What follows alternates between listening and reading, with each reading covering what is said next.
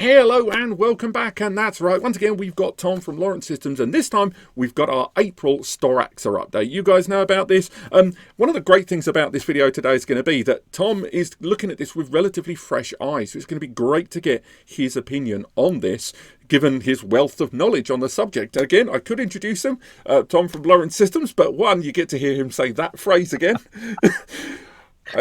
Yes, Tom here from Lawrence Systems, as I say in my YouTube channel. I'm an IT professional, been in the business a while, and you intrigued me with this because we started recording some stuff, and I know when you showed me the thumbnail, I seen the thumbnail of it before, but I never clicked it because people tagged me and I think Twitter and were like, "Hey Tom, what do you think of this?" I'm like, "I don't know, I'll look at it later." Well, I never did. Today's later. Today's later. So what we're going to do is we're just going to go through, there's going to be a little bit of the story so far, and basically we're going to go through little bits and bobs, and I just want to get your input predominantly more than anything. And again, I should add, once again, Tom has looking at this with pretty much fresh eyes for the bulk of this, so this is going to be initial reactions here. So we'll go for the share screen. So we've got a bunch of tabs to talk about here. So here is the Storaxa. I'm assuming this is the device you've seen. The one that looks not unlike, again, a robot that's been given a punch up at the pub. And so, long story short, it is an open source device. There's quite a multitude of different processors and stuff available to it. Some of the original coverage of this was because it was originally brought to my attention that they were producing a solution with 2.5 GBE. It was going to arrive with TrueNAS on board, and the whole thing was going to be rocking in at $239, and that was based on a quad-core Celeron, I think 8 gig of memory, but we will go through that later on. And it's raised $1.9 million. It's got just shy of 6,000 backers there. It's a 5-bay hard drive system, and it's got 4 M2 NVMe slots there on the top. I think they might be, depending on the architecture you go for, limited to 3x1, but they might have opened that up because of heat dissipation and stuff.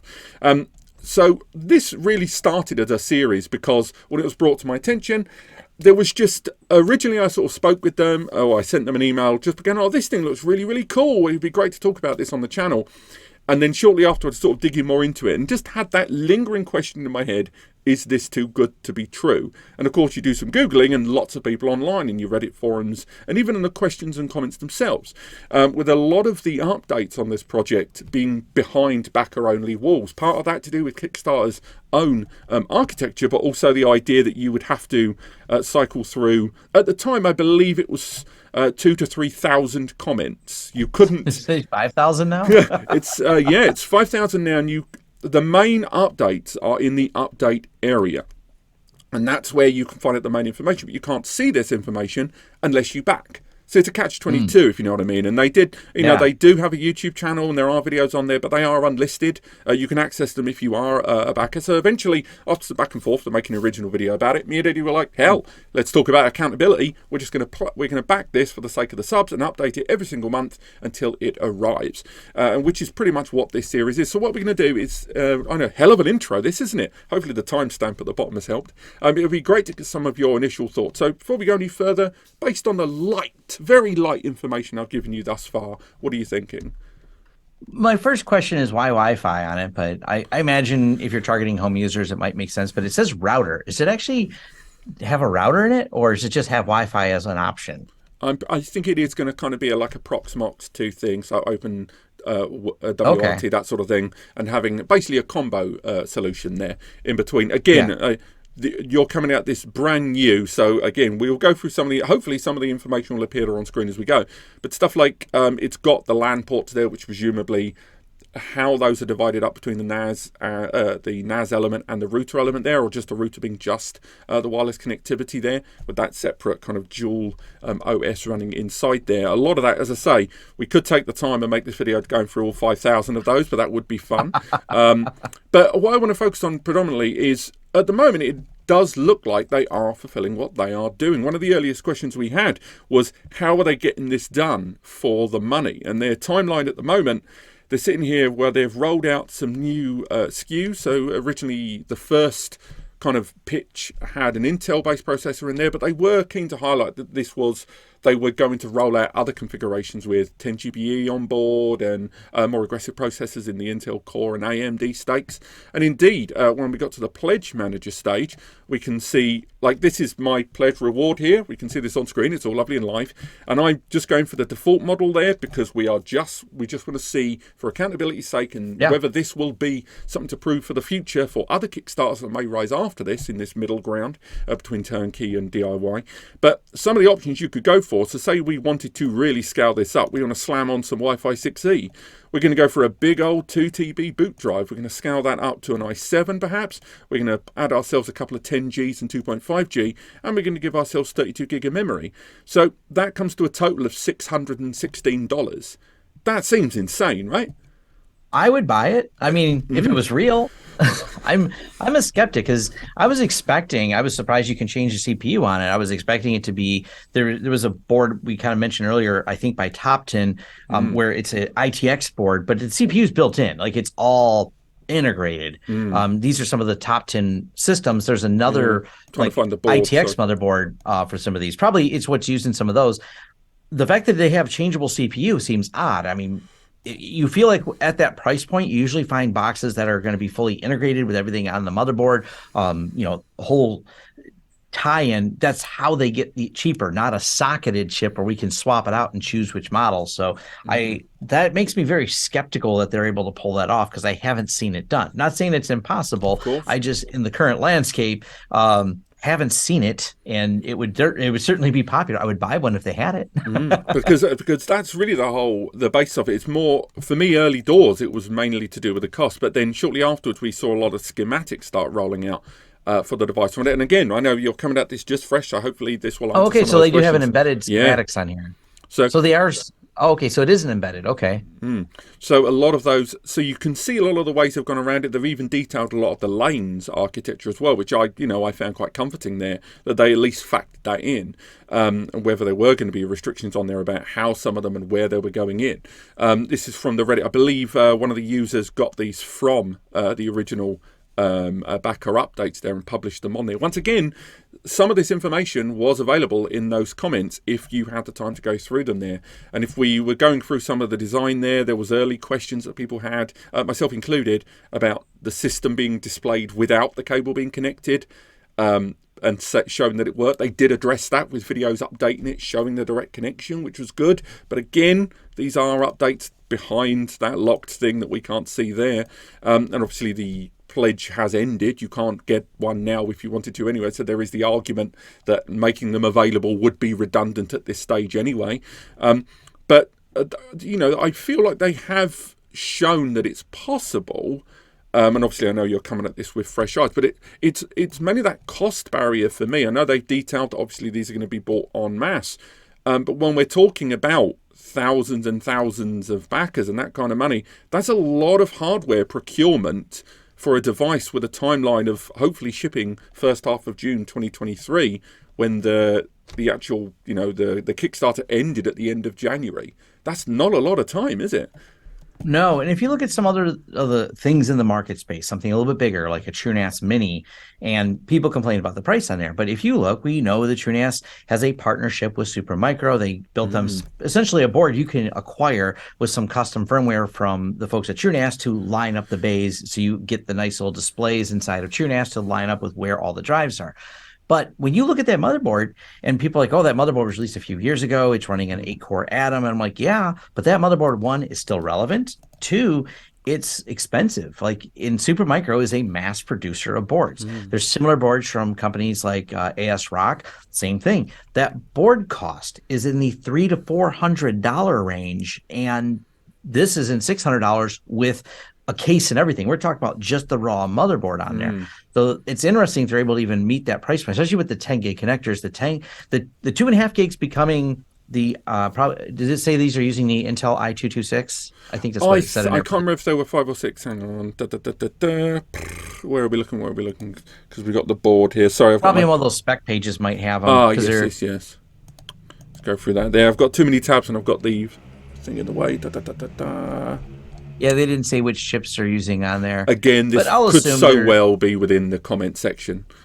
Yeah, I'm assuming they went with the Intel whether it's to 225 or 226, 2.5 gigs, those are quickly becoming a standard. So the price on those has been driven down. But the 10 gig stuff, once you go to any of the embedded 10 gig systems, the price jumps up a lot. If you just go searching for any motherboards that have that on there, embedded boards, mini ITX boards, that price is still really high for that board. I've been trying to find something to do, maybe a DIY NAS video to help out the home users who really want to just build it themselves. But the board cost is kind of prohibitive on it to get a bunch of SATAs on there, 10 gig connectivity. Now, I've also seen a few companies cheat and call having 2.5 gigs, 10 gig connectivity, because they just you could bond them all together. Wow. You could. You're implying, I've seen it implied on some of the sales I've seen, but 2.5 gigs not bad for probably the average user's connectivity. Not everybody needs to have the peak amount of speed. If you're going to do something like, I just need a home NAS, I'm going to store my photos, and I want to use it for some media sharing, Plex, MB, Jellyfin, whatever media player of your choice.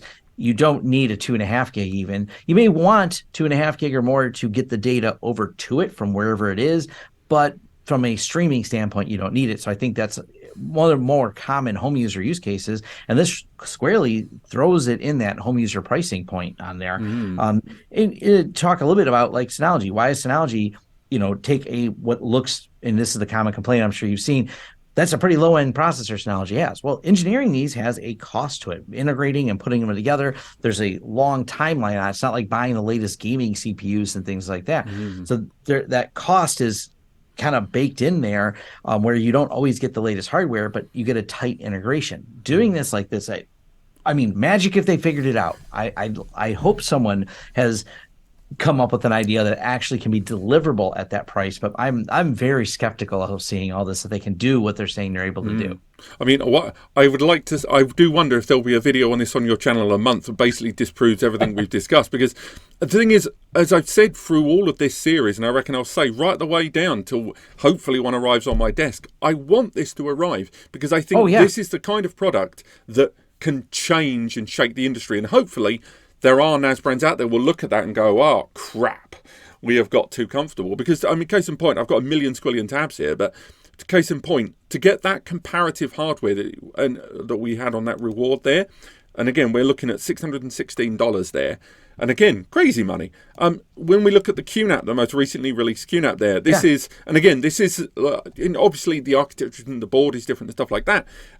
This is a system that's 2,600 quid, to call it, call it $3,000, whatever. But the specifications of this are, I think, 16 or potentially 32 gig. It's an i5. It's Gen 4 lanes on that. It's a beefy system, and it's the idea that these comparative systems here is a 5-bay system with 4 M2 NVMe slots on there. So technically a 9-bay, if you want to get really pedantic, for that kind of money is just mind blowing. And then when you go further still and you start looking at the rest of the market. So, for example, I've already talked about this on the channel, but we've already ordered one of these. It arrived, the video's done. And this is the CWWK or Changwang, which I am not mature enough to say. It's a 6-bay system. It's got inclusive SSD on board and NVMe there that's got Unraid installed on it. I think they're being very disingenuous about the word license, by the way. But more on that when that video comes out. And even this system here, it would look like it's using, if not the same board, then very much a derivative of that same board inside there. And this, I believe, was 390 UK pounds for that device. This doesn't have the available M2 slot. It's got one M2 slot that's feeding into a multi-lane SATA board. It's ugly as sin. I can't wait for that to appear on the channel. Oh man, it is hideous. And the other piece, M2 NVMe lane, has the M2 NVMe that's got, it's there for storage, and of course Unraid is on a little USB that you're sticking on the back there. But that's 400, and by the way, the build quality on this also has question marks. But then you click move on the forward. little board that's next to it. This little bad boy here, is that the one we were discussing earlier? Yeah. Yep. See, it's got all those SATA on there. See, this is the board I was assuming they're using, but they have more PCIe lanes than that seems to be available. This is that other board I had mentioned. It goes by different names. I've seen it called the Top 10 board, but it's got the Intel i226 on it. It's all integrated. I think this might make a decent NAS board but you may notice there's not much on it. You have a single NVMe for boot. You've got 6 drives you can put in it and a chassis, and that's it. Like how they get all the other PCIe lanes on there. Actually, I'm sorry, that one does have 2 Yeah, I NVMe can on see it. it just there. Yeah. But moving forward, like, I mean, we were going to talk about those, and one thing I was going to highlight that, you know, these kind of boards and this kind of technology, it does have a place. You know, Server the Home did a Yeah. really, really great and very intriguing, and I'll link to this below, a good write-up on several of these running some of that, you know, open firewall type software, you know, your Yep. pfSense and the like.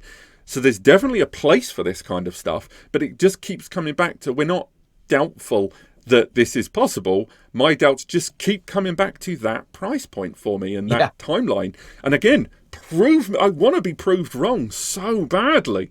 Me too. And then we look at how that board in question that we just discussed. I mean, this, by the way, we want to see an ugly picture. That is not the picture I want to see when I'm marketing a product. How horrendous. Sitting there poking fun from the other side of the world. But, that, you know, even this system here, this is running on a Celeron processor here. This is with no RAM, no SSD, and this is 322. Now, yes, AliExpress and their retailers there, they've got to put a markup on there. I get it. I completely understand. They are a business, but still, nonetheless, that's 322. Which is, Right. you know, where a lot of my initial trepidation came down when I was looking at the pricing of this at the beginning. From there, again, going along with there, we look at the price of Synologies as well, but obviously that's a combined system. And there'll be people out there, you know, there's your top 10 solutions there. There'll be people that look at systems like this going, oh, I'm going to stick Exponology on that and, you know, dodge software of maybe not really open source because Synology have got it. What software is the Storaxa running? That's especially when you're combining. I don't know any. I mean, combining Wi-Fi router along with NAS. I don't imagine that's TrueNAS. I've never seen that done with TrueNAS. So what is there? Are they trying to develop their own software here? No, it doesn't include the OS. You can select the OS it's going to arrive with, Okay. I believe, but also with that, I do think there is something of a dual OS kind of Proxmox base on that. But how? Okay. You know, how, again, this will come down. I'm sure after this video, you're going to have fun reading those comments and updates there.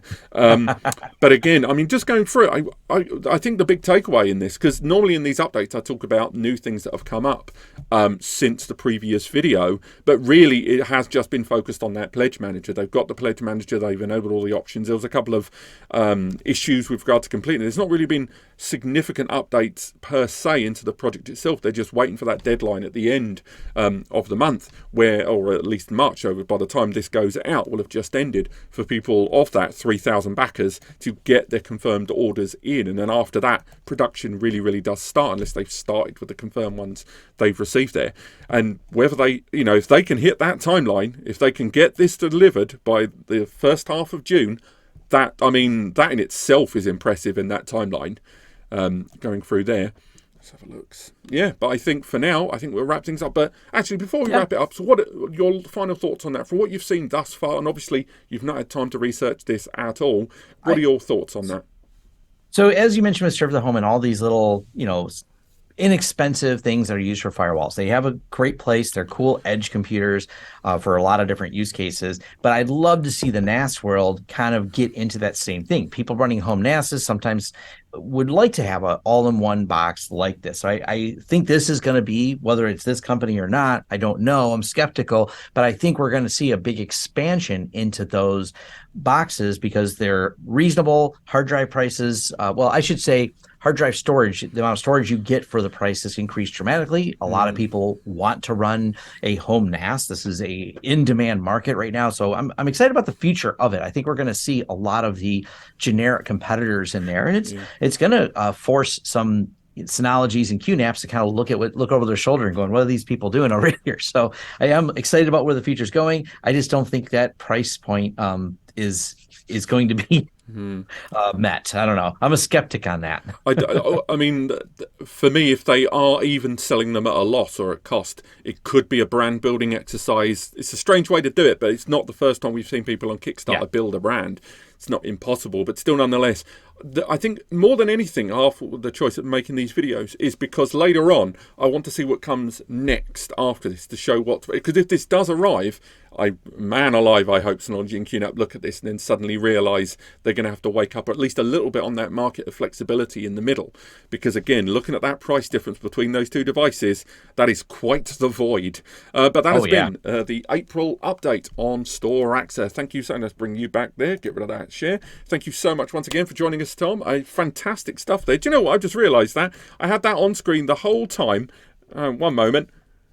You can go to Lawrence System Technology Services and you can hire Tom and his company to help out with your data storage needs. Again, true, you know, if you've never heard of them, you must have. I'm going to do the selling for you. The whole details are on there. You can hire them. They're the best in the biz. And if you've been following NAS or storage in any way, you've most certainly. And we have forums. Oh, boom. There you go. Do you know what? I missed them. Over to you. No, just say we have the forums on there too, because we actually say if you don't want to hire us and just want to ask questions, the forums is a great way to reach out and connect with us. There are a lot of people in our forums. You can see there's a lot of discussion in there. So. But yeah, thank you so much for joining us. I hope you've enjoyed today's video. And for those of you that have been following the Storaxa saga, as I'm coming to call it, I will see you in May. But otherwise, thank you so much for joining us, Tom, and we'll see you next time.